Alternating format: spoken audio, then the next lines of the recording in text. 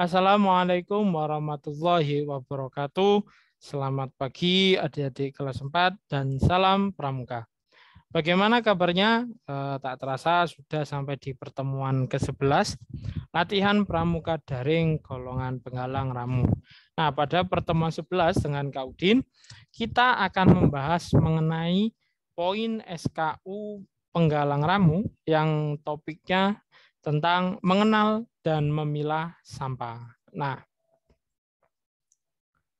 mungkin di lingkungan sekitar kita tanpa kita sadari banyak sampah, banyak kotoran, banyak limbah. Nah, sekarang Kak Udin tanya, apa itu sampah? Tumpukan yang bau, Kak? Barang-barang yang tidak berguna, Kak? Menjijikan, tidak bermanfaat. Ya, secara garis besar, ini menurut Undang-Undang Republik Indonesia nomor 18 tahun 2008 mengenai pengelolaan sampah. Yang dimaksud sampah adalah sisa kegiatan sehari-hari manusia dan atau proses alam yang berbentuk padat. Sampah ini dihasilkan manusia setiap melakukan aktivitas sehari-hari. Pengelolaan sampah menerapkan paradigma yaitu mengelola sampah secara holistik dari hulu sampai hilir. Nah, itu tadi pengertian sampah. Jadi apa-apa saja yang sisa atau hasil kegiatan manusia. Misalnya adik-adik habis makan jajan. Nah, jajannya dimakan, tapi bungkusnya dibuang. Mana yang dinamakan sampah? Yang dimakan apa yang bungkusnya tadi? Ya, betul bungkusnya. Itu tadi ya, sudah paham mengenai definisi sampah. Sekarang apa saja sih jenis-jenis sampah? Itu Kak, sampah sedotan, sampah plastik, kabel, loak. Oh. Nah, perlu adik-adik ketahui jenis sampah berdasarkan sifatnya ada dua. Yang pertama sampah organik dan sampah anorganik. Apa itu sampah organik?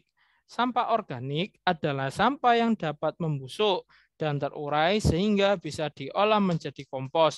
Misalnya sisa makanan, daun kering, sayuran, dan lain-lain. Nah, ini contoh sampah organik. Bisa dilihat di gambar Kak Udin bawah sebelah kanan. Kemudian apa itu sampah anorganik? Kebalikannya berarti ya. Sampah anorganik adalah sampah yang sulit membusuk dan tidak dapat terurai. Namun, sampah anorganik dapat didaur ulang menjadi suatu yang baru dan bermanfaat. Misalnya botol plastik, kertas bekas, karton, kaleng bekas, dan lain-lainnya. Nah, ini contoh sampah anorganik. Ada kaleng bekas minuman, ada botol bekas minuman, dan lain-lain. Kemudian, jenis sampah berdasarkan bentuknya. Jadi berdasarkan sifatnya ada dua dan berdasarkan bentuknya juga ada dua. Yang pertama, sampah padat dan sampah cair. Apa itu sampah padat? Sampah padat merupakan material yang dibuang oleh manusia. Jenis sampah ini diantaranya plastik bekas, pecahan gelas. Jadi sampah-sampah yang bersifat padat itu dinamakan sampah padat. Nah, ini contohnya.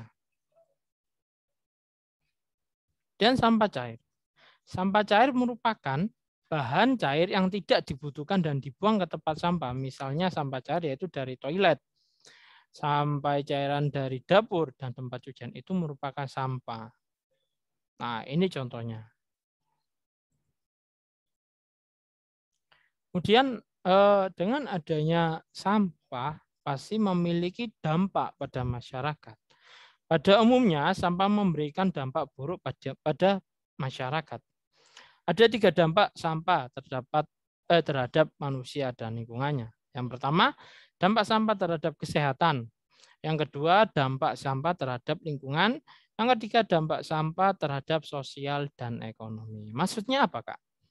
Dampak sampah terhadap kesehatan. Penanganan sampah yang tidak tepat atau bahkan tidak ditangani akan menimbulkan bahaya bagi kesehatan. Bisa menyebabkan diare, tipes, kolera, penyakit jamur, penyakit cacingan, dan penyakit lainnya.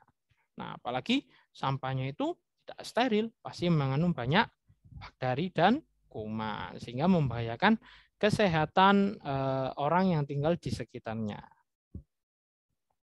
Kemudian, dampak sampah terhadap lingkungan. Ketika sampah tidak diolah dengan baik, maka akan menyebabkan pencemaran.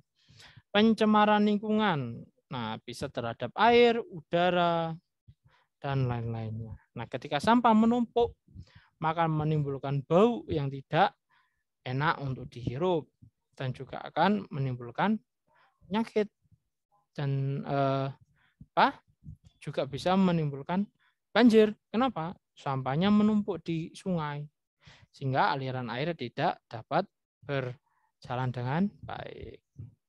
Dan yang terakhir, dampak sampah terhadap ekonomi sosial. Nah, ketika sampah tidak ditangani dengan baik, maka akan berdampak pertama, meningkatnya biaya kesehatan karena timbulnya banyak penyakit.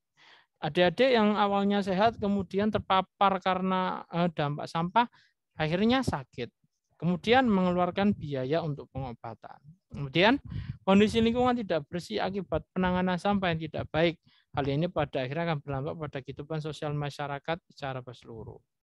Mungkin tempat adik-adik dulunya bersih, kemudian banyak sampah. Maka di situ juga akan merubah tatanan sosial di mana adik-adik mungkin tidak mau lagi melewati lingkungan yang terdapat banyak sampah tersebut atau hal lainnya.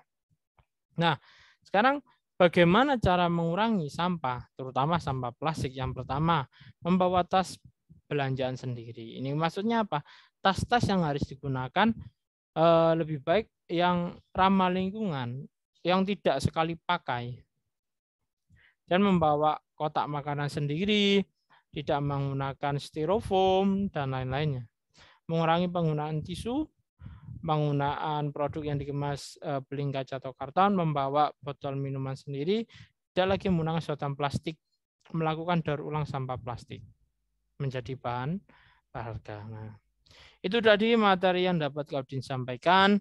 Untuk adik-adik, silakan dicermati tugas yang terdapat pada lembar kerja pada pertemuan ke-11.